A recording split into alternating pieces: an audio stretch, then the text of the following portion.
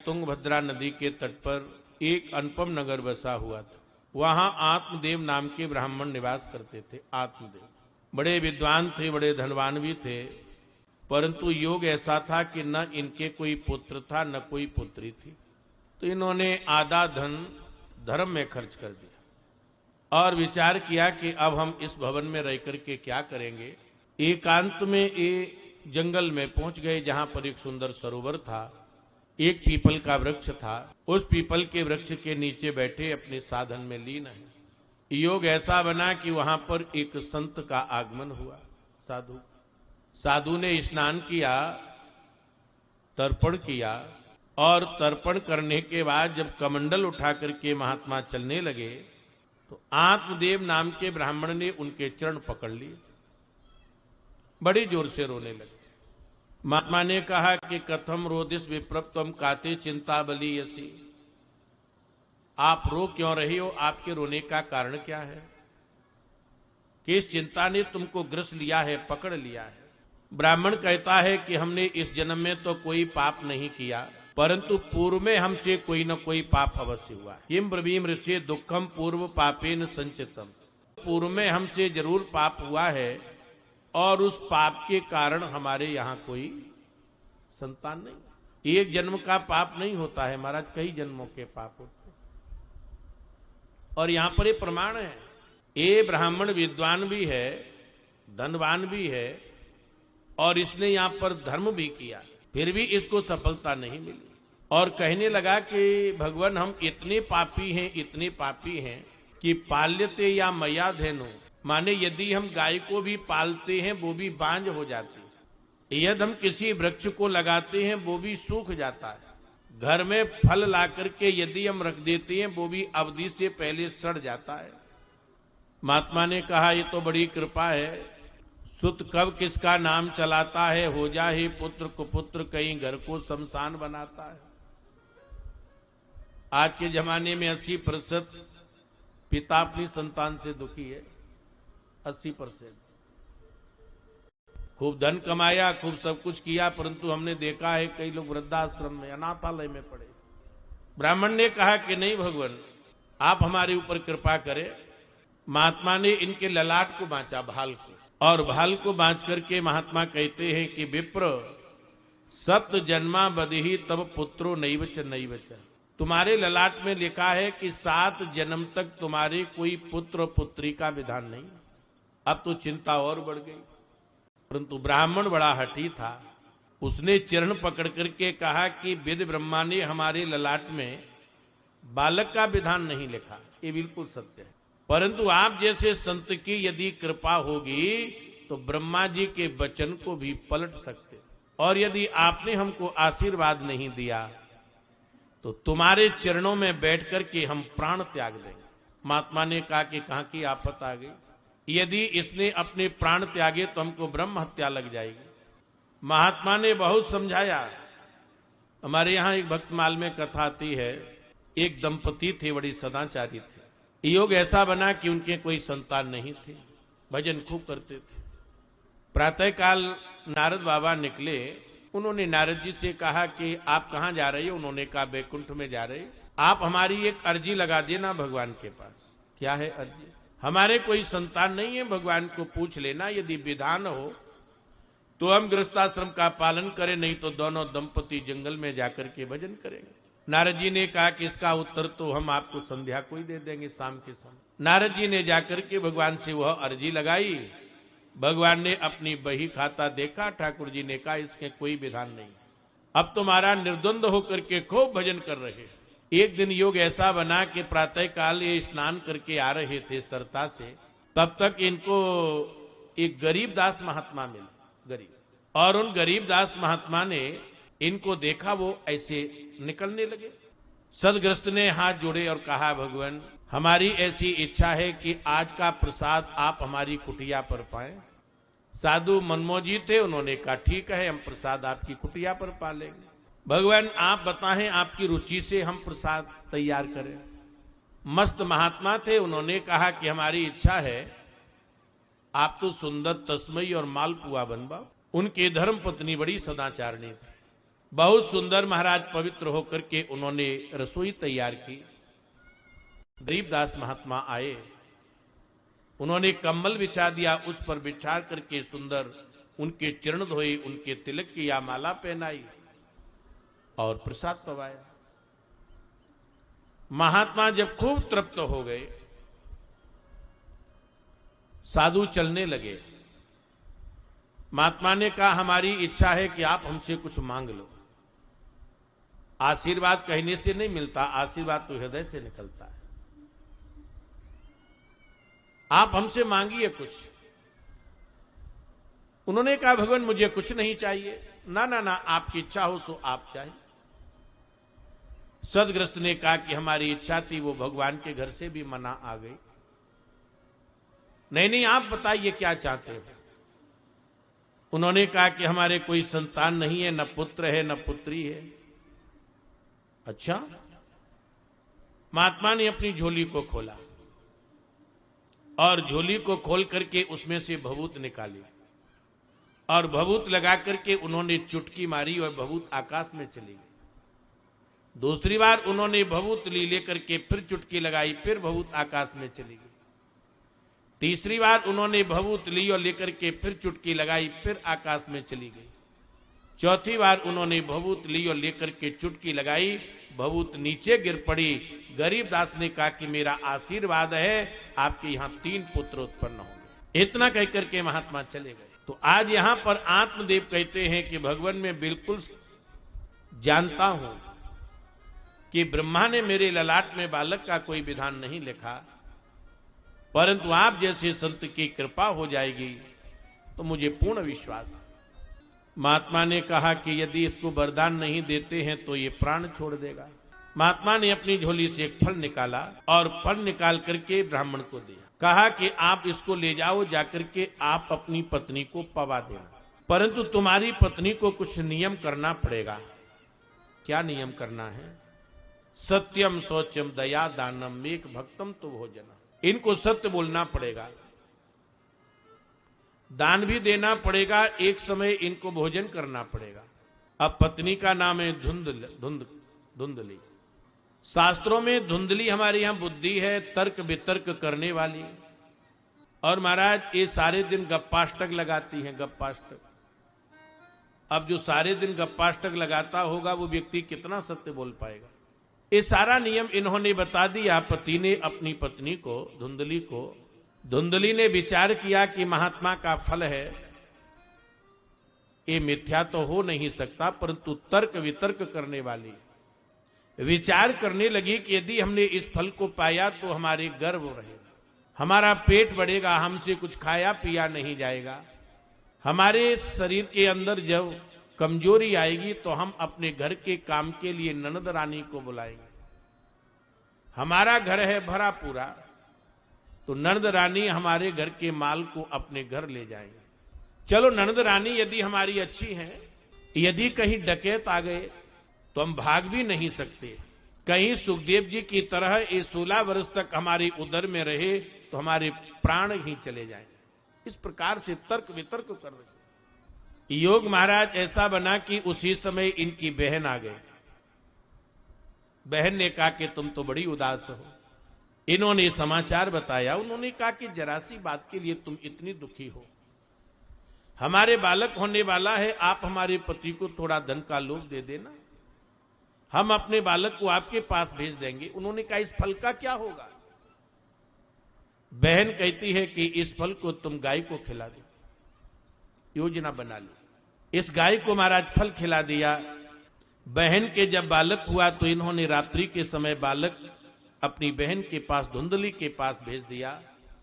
बालक के आने के ठीक 3 महीने बाद एक गाय के भी बालक हुआ। त्रमासे निर्गते चाहता सधेनु सुस्वेर कम। इसका सारा शरीर बड़ा सोने जैसा सुंदर है, कान इसके गऊ जैसी है, इनका नाम गोकर्ण रखा। धुंधली का बालक होने के कारण इनका नाम धुंधकारी रखा। दोनों बालक बड़े होने लगे, आचार विचार बदल गए। धुंधकारी महाखल हुआ और गोकर्ण बहुत भक्त। इसके पाप के द्वारा, इसके कुकृत्यों के द्वारा पिता ने महाराज अपने नगर को छोड़ दिया, भैया भी चला गया। गोकर्ण जी ने कहा कि इस नगर में रहकर के क्या करेंगे। अब जब भैया भी चले गए, पिता भी चले गए, रात्रि के समय यह लोहानी लाठी लेकर के एक चिराग जलाते हुए अपनी मैया के पास पहुंचे और मैया से कहा कि आप हमको धन दीजिए, धन, गुप्त धन आपने कहां रखा है, गुप्त धन। मैया ने कहा कि नहीं नहीं, हमारे पास कोई धन नहीं है। उन्होंने कहा कि नहीं, आपको बताना पड़ेगा, नहीं तो इस लाठी से हम तुम्हारी खबर लेंगे। ये माताएं कुछ धन छिपा करके रखती हैं, नहीं रखती। जब मोदी जी ने रात्रि के 12 बजे कहा कि 1000 के 500 के नोट बंद, तो महाराज अपने आप निकलने लगे। 2 लाख हमारे पास है, 3 लाख हमारे पास है। हा?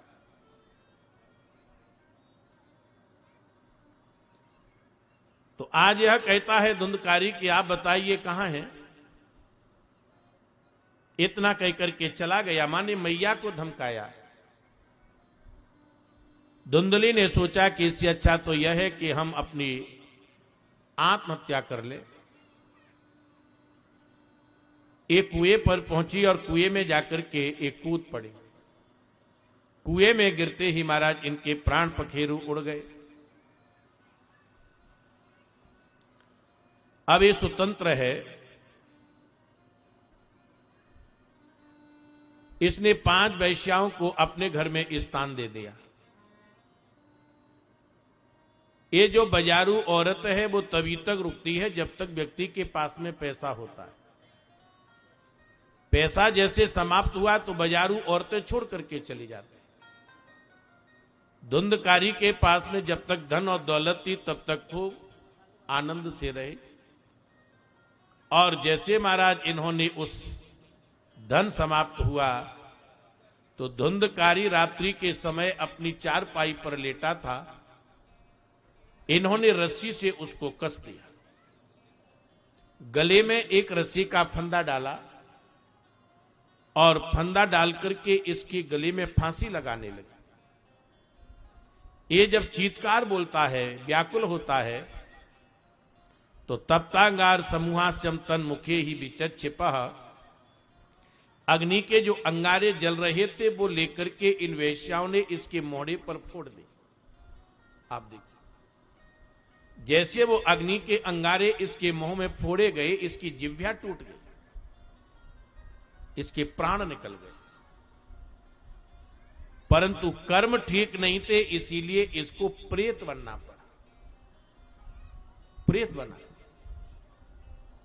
भगवान ने यदि हमको मानव तन प्राप्त हुआ है, भले ही हमको ब्राह्मण कुल में जन्म हुआ, हमारा क्षत्रिय में हुआ, वैश्य में हुआ, यदि हम अपने कर्मों से च्युत हो जाएंगे, हम यदि अपने कर्मों को त्याग देंगे तो जीवन बिगड़ने में देरी नहीं होती। ये जो मानव तन हमको प्राप्त हुआ है, ये मोक्ष का दरवाजा है। मानव अपने कर्म के द्वारा, सत्कर्म के द्वारा अपने जीवन को धन्य बना सकता है। मनुष्य कर्म योनि है और पशु भोग योनि। पशु भोगता है, मानव कर्म करता है।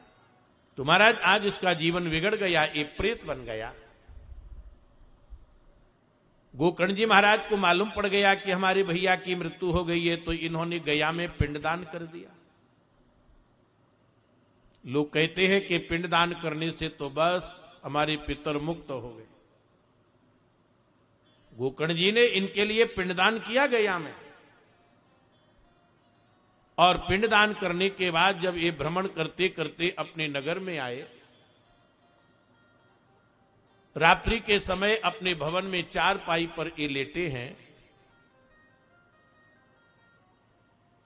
क्या देखा इन्होंने? इनके सामने एक भेड़ा आ गया, भेड़ा। थोड़ी देर में इनको एक भैंसा दिखाई दिया, भैंसा। फिर थोड़ी देर में महाराज इन्होंने इंद्र को देखा।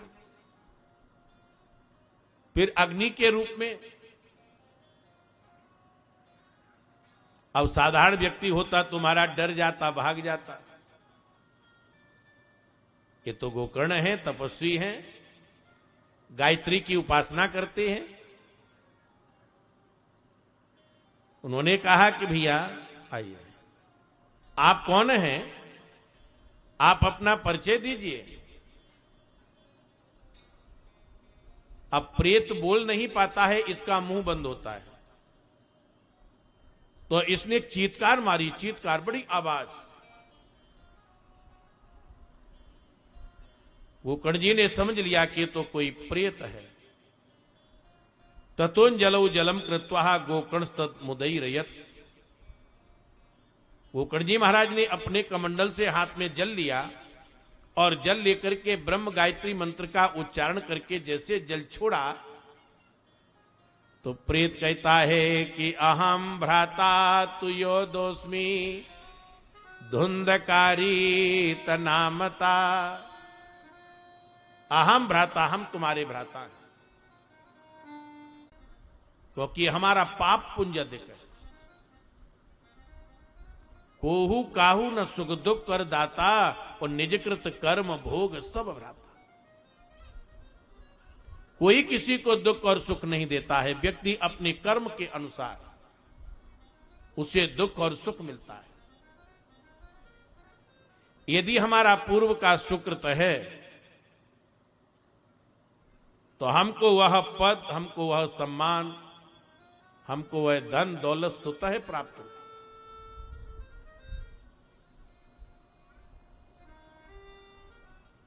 तो आज यहां पर धुंधकारी कहता है स्वकैनेव दोषेण, इसमें किसी का दोष नहीं है। सुकैनेव दोषेण, ये मेरा ही दोष है, क्योंकि ब्रह्मत्वम नासितम मया, मैंने अपने ब्राह्मणत्व को नष्ट कर दिया। मदरा पीना, जुआ खेलना, दुनिया भर के एरे खेरे नत्तू खेरे कर्म करना, ये मानव का धर्म है। ब्रह्म हत्या से भी बड़ा पाप है मदरा पान करना। हमारे 5 महापापों में सबसे नंबर 1 का पाप है मदरा पान करना।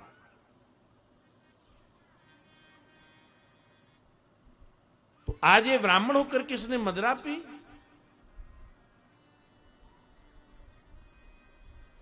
पाप है मदरा पान। आज लोगों ने उस मदरा को फैशन मान लिया है। पार्टियों में जाएंगे, आप महाभारत पढ़िए, हमारे महाभारत स्वपच चांडाल भी मदरा नहीं पीता, मांस नहीं खाता। और आज हम अपने को कहेंगे अरे हम तो ठाकुर हैं। यह आप कोई ऐसा कर्म करिए, ऐसा कोई साधन बताइए जिससे हमारा उद्धार हो जाए। गोकर्ण जी ने कहा कि प्रातः काल इसके विषय में हम विचार करेंगे, चिंतन करेंगे। रात्रि व्यतीत हुई, प्रातः काल हुआ, विद्वत जन आकर के एकत्रित होने लगे। रात्रि वाली घटना हमारे श्री गोकर्ण जी ने विद्वानों के सामने रखी। किसी ने महाराज इनका समाधान नहीं बताया।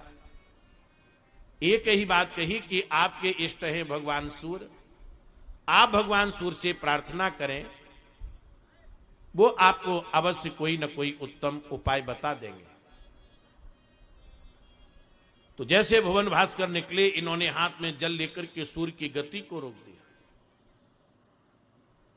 भगवान सूर्य से कहा कि हमारे भैया का उद्धार कैसे होगा? तो भगवान सूर्य कहते हैं कि श्रीमद् भागवतान मुक्ति सप्ताहम वाचनम कुरु। इनको आप श्रीमद् भागवत की कथा श्रवण कराओ। उस बांस में इसने प्रवेश किया। पहले दिन कथा हुई, पहली गांठ चटक गई, दूसरे दिन हुई, दूसरी गांठ चटक गई। जैसे सब दिवस कथा ने विराम लिया, ये धुंधकारी अपने दिव्य रूप में प्रकट हो गया। दिव्य रूप धरो जाता तुलसी दाम मंडिता पीतवासा घनश्यामो मुकुटी कुंडलान्विता। सुंदर महाराज इसके गले में तुलसी की माला है, माथे पर सुंदर मुकुट है, पीतांबर धारण किए हुए है। एक पापी, और इसका उद्धार किसके द्वारा हुआ, इसको ये दिव्य रूप किसके द्वारा प्राप्त हुआ, ये भागवत के द्वारा। नंद सुनंद विमान लेकर के खड़े हैं, इसने अपने भैया के चरण पकड़ लिए गोकर्ण जी के, और कहते हैं कि भाई तुमने हमारे जीवन को धन्य कर दिया, हमको अधोगति प्राप्त हुई, हमको न जाने कितने जन्मों तक इसमें भटकना पड़ता, परंतु आज आपने हमारे जीवन को धन्य कर दिया।